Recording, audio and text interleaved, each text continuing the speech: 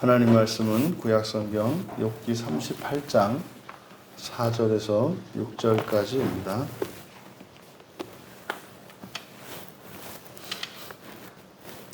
우리 같이 한 목소리로 함께 읽겠습니다. 내가 땅의 기초를 놓을 때 내가 어디 있었느냐? 내가 깨달아 알았거든 말할지니라. 누가 그것의 도량법을 정하였는지, 누가 그 줄을 그것의 위에 띄었는지 내가 아느냐? 그것의 주추는 무엇 위에 세웠으며 그 모퉁이 돌을 누가 놓았느냐? 아멘.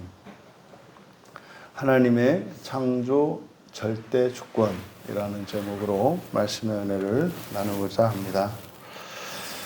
하나님께서는 이 세상을 창조하신 사건을 모세로 하여금 기록해 놓도록 하셨습니다. 그래서 창세기 1장 1절은 태초에 하나님이 하늘들과 땅을 창조하셨다, 이렇게 시작을 하고 있습니다. 그것을 이제 하나님의 창조 주권이라고 합니다. 이 세상을 하나님께서 계획하시고 또한 그것을 만드셨으며, 만드신 그 세상을 하나님께서 다스리시고 보존하시고 함께 하신다는 겁니다. 이것이 하나님의 창조 절대 주권입니다.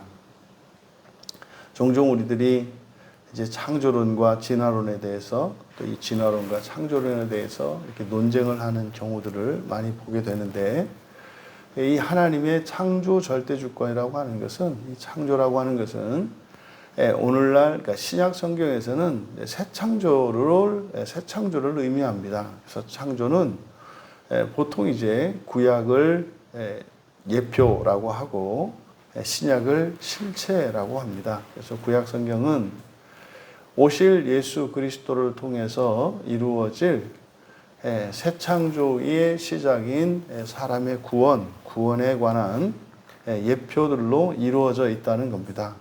그래서 창세기 1장 1절에서 시작하는 하나님의 천지창조기사, 하나님의 창조 주권에 대한 이 말씀은 바로 구원이 오직 예수 그리스도께 있음을 의미합니다. 또 구원이라고 하는 것은 우리가 뭐 서서히 어떻게 준비를 해서 구원을 받고 구원을 이루어가는 그런 것이 아니라, 하나님께서 무에서 유를 창조하신 것과 같이 절대로 일어날 수 없는 그 일이 사람에게 일어나는 이 구원의 사건, 이것을 구약 성경에서는 창조라고 하고 신약 성경에서는 새 창조라고 합니다. 그러면 우리들이 이 창조와 진화를 어떻게 이해해야 되는가? 창조라고 하는 것은 바로 이 새 창조의 시작, 이제 하나님의 부르심에서 시작되죠. 우리를 부르신 것으로. 그 부르심의 시작은 모태로부터 태어나는 겁니다. 어머니의 몸에서. 더 거슬러 올라가면 아버지로부터 나고 어머니 몸속에서 자라서 이제 하나님이 정해놓은 때가 되면 이제 완전한 독립적인 인격체로서 이 세상에 태어납니다. 그래서 이것을 부르심이라고 하죠. 그래서 다른 동물과 사람의 출생은 완전히 다릅니다. 사람의 이 출생은 하나님의 부르심에 의한 것입니다. 그래서 이렇게 부르심 받고 마침내 이제 부활하게 되는 이 전체의 과정, 이것이 구원의 과정인데, 우리가 이제 부활하는 그 순간, 부활이 완성되는 것, 우리가 이제 사람으로 태어나서 완전한 하나님의 자녀가 되는 그 과정, 그것을 부활이라고 하는데, 그 부활 사건, 그것이 창세기 1장에 있는 내용입니다. 창세기 1장과 더 나아가면 2장, 이렇게 되는 거죠. 그러니까 하나님이 계획하셨던 그 일을 이루신 그 창조 사건을 살펴보는 것은 우리에게 시작되어진 구원과 완성되어질 구원에 대해서 살펴보는 것과 다르지 않습니다. 그래서 과거에 뭐 이 세상의 시작이 하나님이었다 아니었다, 뭐 이것을 가지고 창조 진화 이렇게 논쟁을 하는 것이 아니라, 그리스도인들이 생각하는 이 창조의 의미는 바로 구원 사건에 대한 이야기다. 그러면 이제 오늘 우리가 읽은 4절에서 6절까지는 하나님의 창조 가운데 땅에 대한, 땅의 창조에 관한 내용을 담고 있습니다. 그러면 하나님이 우리말 성경에 천지를 창조하셨다. 그대로 직역하면 하늘들과 그 땅을 창조하셨다. 이렇게 되어 있죠. 그러면 지금 4절에서 6절에서 다루고 있는 것은 하나님의 창조 가운데 그 땅의 창조에 대한 이야기입니다. 그러니까 욥기에서 지금 욥기 38장 4절에서 6절에서 가르치는 것은 바로 모세에게 주셨던 그 창조 계시가 바로 욥에게도 동일하게 주어지고 있음을 우리가 알 수 있습니다. 이제 첫 번째로 4절에서 땅의 기초를 놓을 때 내가 어디 있었느냐. 여기서 이제 기초를 놓는다. 이게 야샤드라는 말이거든요. 이게 이제 여기서 내가 땅의 기초를 놓을 때 내가 어디 있었느냐. 그러니까 이제 하나님이 이 땅, 그 땅이죠. 그 땅을 창조하실 때의 일들을 네가 아느냐. 뭐 이런 의미지 않습니까?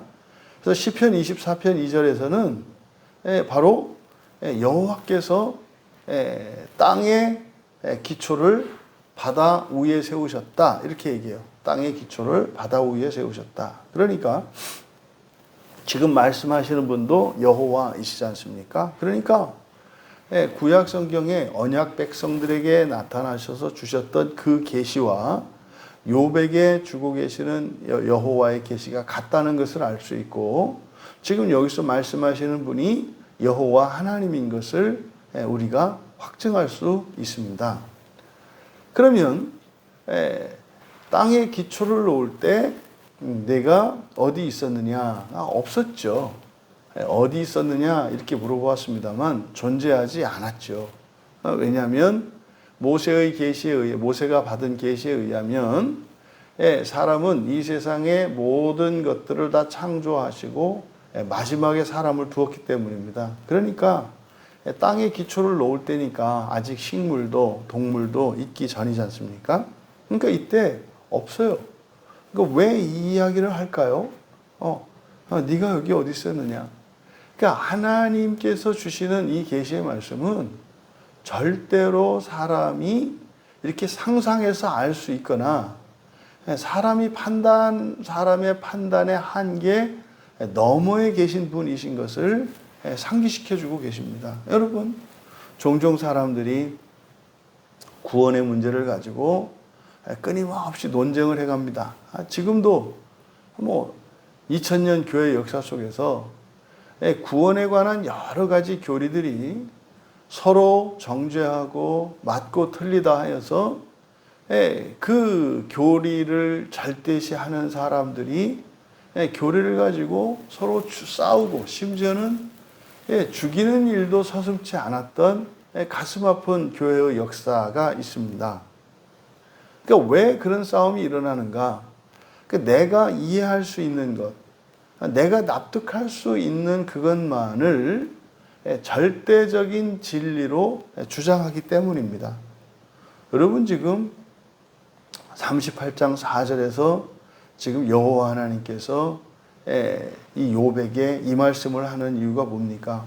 욥이 그동안 그렇게 괴로웠고 하나님을 부인하고 원망하고 정말 인생을 저주할 정도가 아니라 죽음을 예찬했던 그 욥의 그 행동이 이미 마치 자신은 세상을 다 알고 하나님을 다 아는 것처럼 착각했기 때문이라는 거죠. 알 수 없다는 겁니다. 알 수 없다는 겁니다. 그래서 이 세상을 하나님이 창조하신 것처럼 우리 인생도 하나님이 절대 주권을 가지고 계시고 우리의 구원의 문제도 하나님께서 주권을 가지고 계시다는 사실을 잊지 말아야 한다. 근데 그것은 우리의 생각, 우리의 판단, 우리의 상상 너머에 있다는 사실을 기억해야 한다는 거예요. 그러면은요, 아니 있지도 않은 때 일어난 그 일을 우리가 어떻게 알겠습니까? 성경을 통해서 아는 거예요. 그러면 하나님께서 인류를 어떻게 구원해 오셨는지, 또 역사 속에서 인류가 하나님의 구원에 어떻게 순종하였고 어떻게 불순종했는지 우리가 어떻게 알겠습니까? 성경을 통해서 아는 겁니다. 그래서 성경은 구원하시는 하나님의 뜻에 대한 인간의 순종과 불순종에 대한 기록과 그로 말미암아 순종한 자들에게 약속하신 축복, 그리고 불순종하는 자들에게 약속하신 저주가 어떻게 어떤 방식으로 나타났는지를 기록합니다. 그래서요, 사실 성경을 다 읽고 성경을 알고 나면 딱 책장을 정말 이제 깨달았다고 딱 덮게 되면 어떤 결론을 내리냐면, 아, 무조건 하나님 말씀에, 성경 말씀에 믿음으로 받아들이고 순종해야 되겠구나. 이게 성경을 공부하고 나면 깨닫는 겁니다. 절대로 불순종하지 말아야 되겠구나. 뭐 사정이고 내 생각이고 이거 따질 게 아니라, 아, 그냥 불순종하지 말고 순종해야 되겠구나. 이게 성경을 믿는 사람과 성경을 아는 사람의 공통적인 결론입니다. 뭐 그거죠. 지금 바로 이 땅의 기초를 놓으신 분이 여호와 하나님이신 것을 말씀합니다. 그런데 내가 깨달았거든 말할지니라.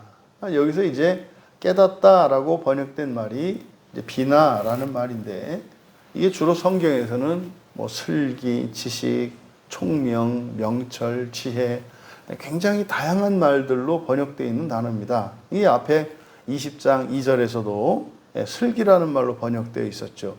그래서 이 비나의 의미는 이해력이에요. 사람이 이렇게 다른 사람의 말을 듣거나 또 무엇을 보았을 때 그 시작과 과정과 그 끝을 이렇게 이렇게 깨달을 수 있는 힘. 이게 이해력이죠, 이해력. 이게 이제 비나입니다. 내가 깨달아 알았거든, 말을 해라. 말할 수 없는 거죠.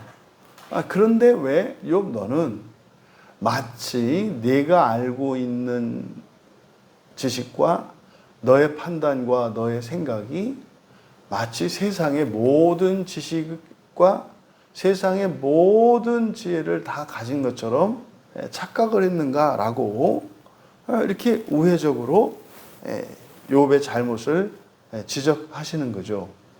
이어서 5절에 누가 그것의 도량법을 정하였는지 누가 그 줄을 그것 위에 띄웠는지 내가 아느냐? 놀라운 말씀입니다. 여기서 도량법이라고 번역한 이 메마드가 도량형입니다. 도량형이 뭐냐면 이렇게 무게를 잰다든지 길이를 잰다든지 높이를 잰다든지 너비를 잰다든지 이때 단위들이 있잖아요. 뭐 우리나라 같은 경우에는 이런 길이를 잴 때 미터법을 사용하잖아요. 미터, 뭐 킬로미터 이렇게. 근데 이제 뭐 미국 같은 경우에는 뭐 야드, 마일 이렇게 사용을 하죠. 그러니까 뭐 1.6km를 뭐 대략 1.6km 정도. 이게 이제 1마일이 되죠. 그러니까 나라마다 때마다 도량형이 달라요. 기준이 다르다 이 말이에요. 그런데 그것을 마치 사람의 발명품인 줄 우리는 알고 있는데 하나님께서는 그게 아니라는 거예요.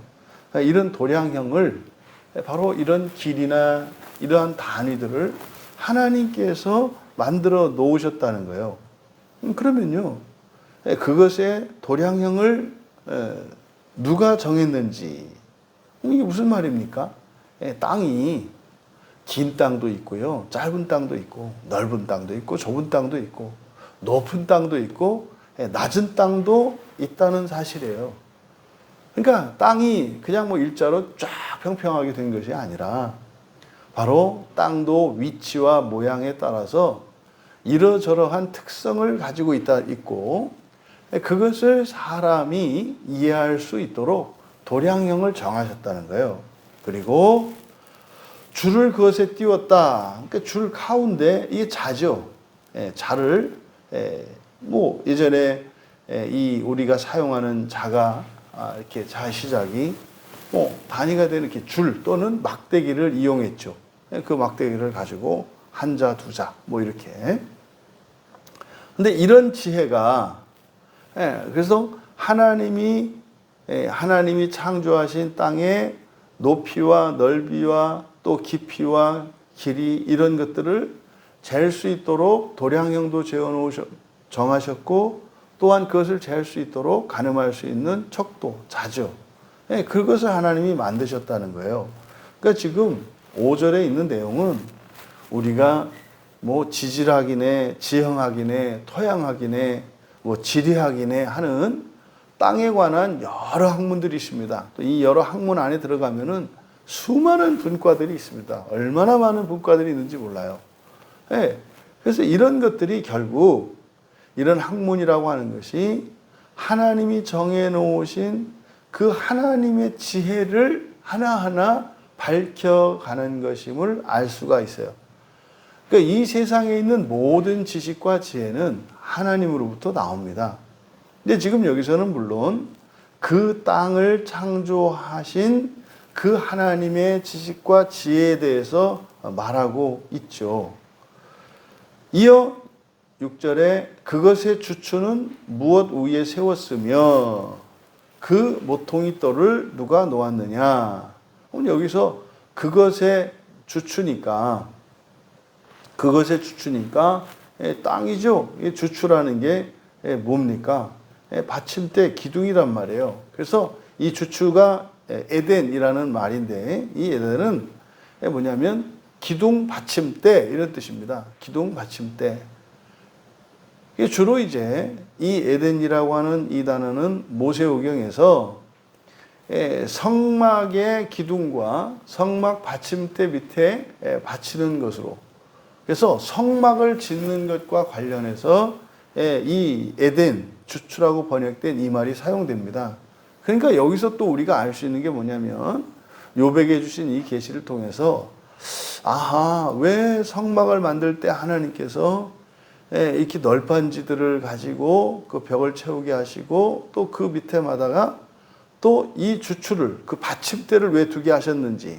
그러니까 성막에 대하여 모세에게 주셨던 이 설계도, 성막에 대한 설계도라는 게 단순히 그 장막 설계도가 아니라 이 장막 설계도 안에는 이 세상을 창조하신 하나님의 창조 계획이 그 안에 들어가 있구나. 그래서 뭐 교회에서 성막 세미나나 이런 데 이제 가서 은혜를 많이 받고 하는 이유가 바로 성막에 대한, 그러니까 성막 안에는 하나님께서 창조하신 창조 세계에 대한 놀라운 지식들이 그 안에 담겨 있어요. 그러니까 많은 암시들과 은유들이 그 안에 있죠. 그러니까 그래서 성막, 그 다음에 이 세상 창조, 그리고 앞서 말씀드렸던 것처럼 우리의 구원, 이것이 상호 연결되어 있고 우리 구원에 대한 지식에서 하나님의 창조에 대한 지식을 얻을 수도 있고 또 하나님의 창조에 대한 지식에서 구약의 성막과 성전에 대한 지식을 얻으며 이렇게 하나님이 창조하신 창조세계 전체와 성막과 성전 그리고 우리의 구원이라고 하는 이것이 이게 서로 이게 상승작용을 일으키면서 그 지식이 지식을 더욱 빛나게 할 수 있는 것임을 알 수 있습니다. 그런데 이제 그 기둥의 받침대인 이 에덴이 무엇 위에 세웠으며, 그러니까요, 땅을 떠받드는 받침대가 있고 또 그 받침대 밑에 무엇이 있다는 거예요.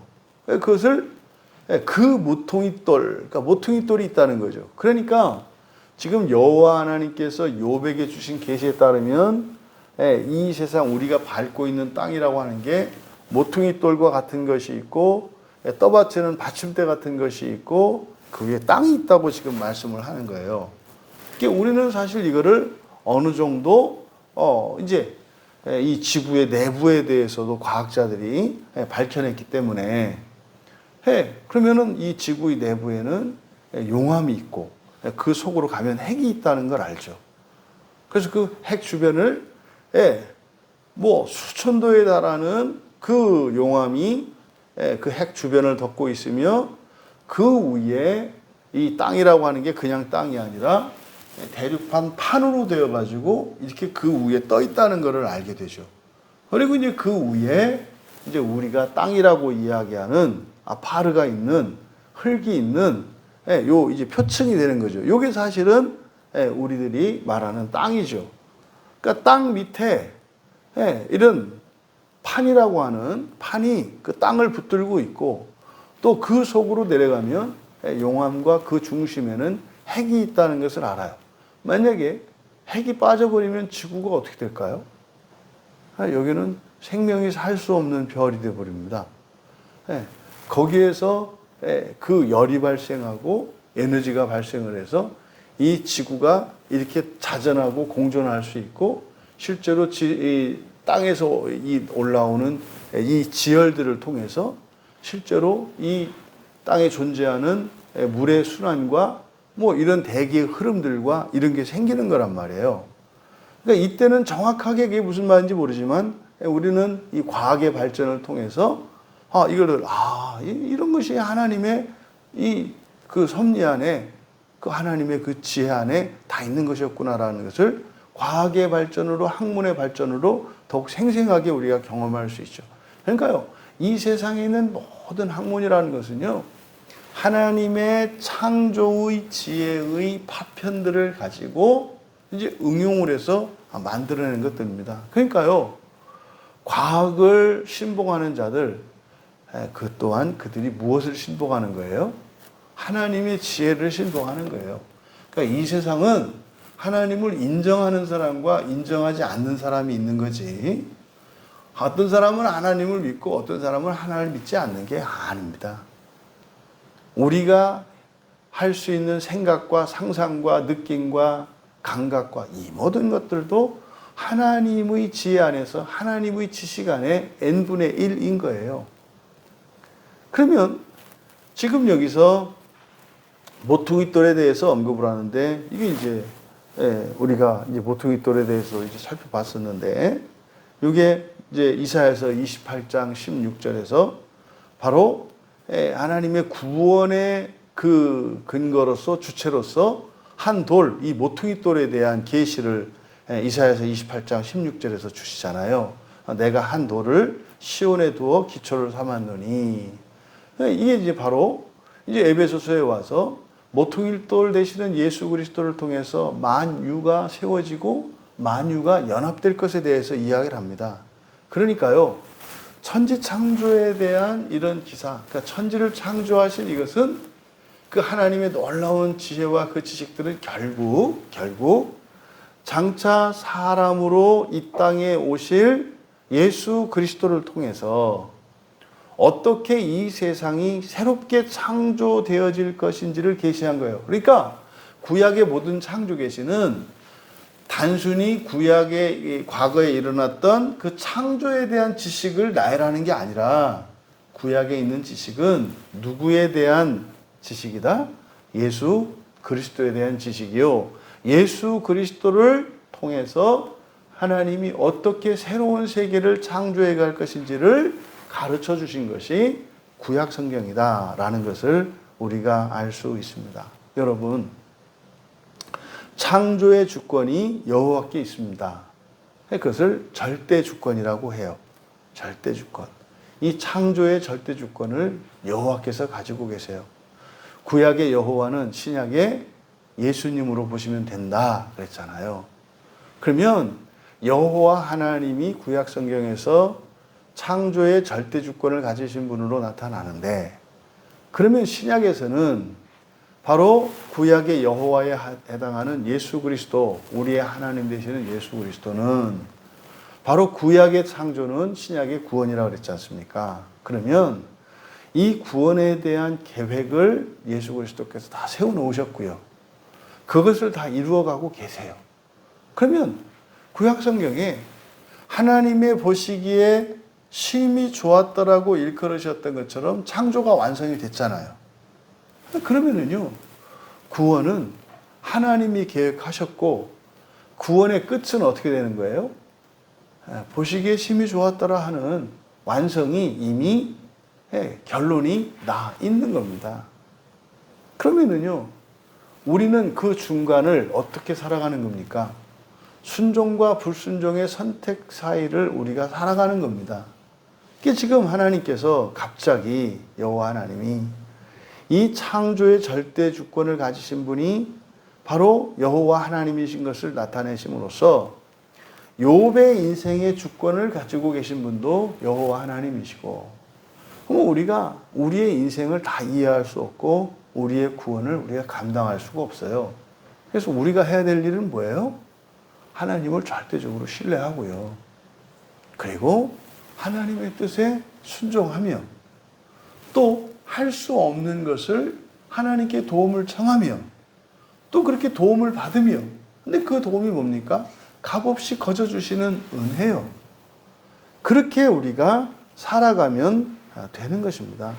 여러분, 창조가 하나님의 전능하심과 선하심에 의해서 이루어진 것처럼 우리의 인생도, 우리의 구원도 하나님에 의해서 하나님의 전능하심과 하나님의 선하심 안에서 일어납니다. 그런데요, 그 안에 일어나는 여러 가지 경우의 수와 이러한 변수들, 그것은 무엇에 의해서 결정이 된다? 순종과 불순종에 의해서 결정이 된다.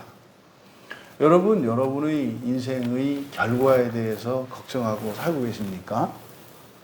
아니면 여러분이 인생을 마쳤을 때 구원이 정말 나에게 구원이 이루어지는지 이루어지지 않는지, 그것을 가지고 여러분들이 고민하시고 하나님께 제발 좀 구원시켜 달라고, 구원의 확신을 달라고, 혹시라도 이런 기도를 하시는 여러분이 되시지 않기를 바랍니다. 확실히 완성된 부활의 그 구원의 완성인 부활 이전을 순종과 불순종을 통해서 하나님이 참으로 신실한 분이신지, 그리고 하나님이 전능한 분이신지, 이것을 우리가 인격적으로 경험하게 하므로 하나님을 창조주 하나님이고 피조물로서 하나님을 무조건 이렇게 경배하고 높이는 자들이 아니라 인격적으로 하나님의 우리를 향한 사랑과 믿음, 또한 소망, 그것을 통해서 하나님을 향한 우리의 그런 믿음과 소망과 사랑을 일치시켜가는 것이 인생인 것을 기억하시기 바랍니다. 하나님의 창조 절대주권이라고 하는 것은 하나님의 구원 절대주권에 관한 것입니다.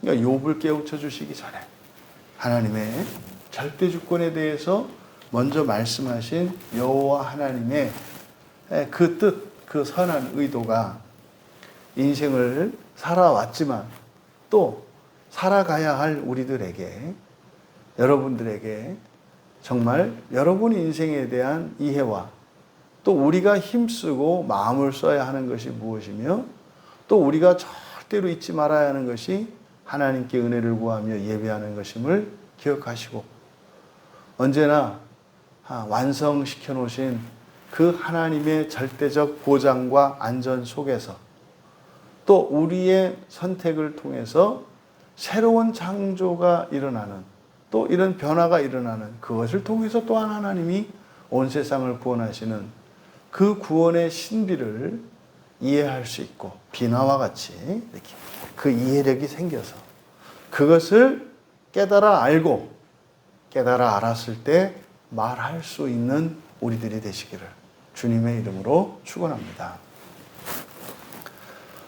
존귀하신 하나님, 하나님께 절대 주권이 있는 그것은 저희들이 도저히 하나님을 따라갈 수 없다는 의미가 아니라 저희들이 생각하는 그 이상의 것들을 배우고 깨달으며 이해할 수 있게 해주시는 분이 하나님이신 것을 가르쳐 주신 것을 믿습니다.